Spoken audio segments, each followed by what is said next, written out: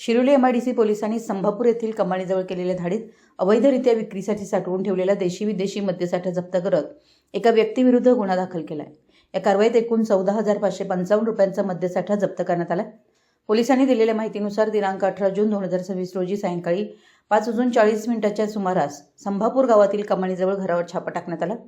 या कारवाई दरम्यान सावन कृष्णात भोसले वय 37 राहणार भोसले गल्ली कमानीजवळ संभापूर यांच्या ताब्यात विविध कंपन्यांचे देशी दारू, विदेशी व्हिस्की, रम, हुडका तसेच बिअरच्या बाटल्या व कॅन्स विक्रीच्या उद्देशानं बेकायदेशीररित्या साठवून ठेवल्याचं आढळून आलं।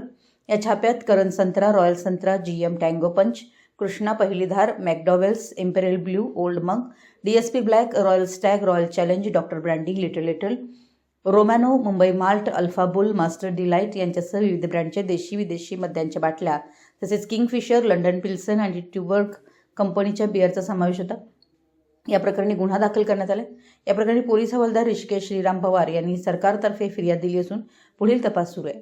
ही कारवाई पोलीस उपनिरीक्षक अमित भागवत पांडे यांच्या मार्गदर्शनाखाली पोलीस हवालदार ऋषिकेश पवार, महेश घाटगे, गजानन काबळे, अभिषेक गायकवाड आदींच्या पथकाने केली। पोलिसांच्या या कारवाईमुळे परिसरातील अवैध मद्य विक्री करणाऱ्यांमध्ये खळबळ उडाली आहे। मराठी S न्यूजसाठी शिरोलीहून कुबेर अंकारे।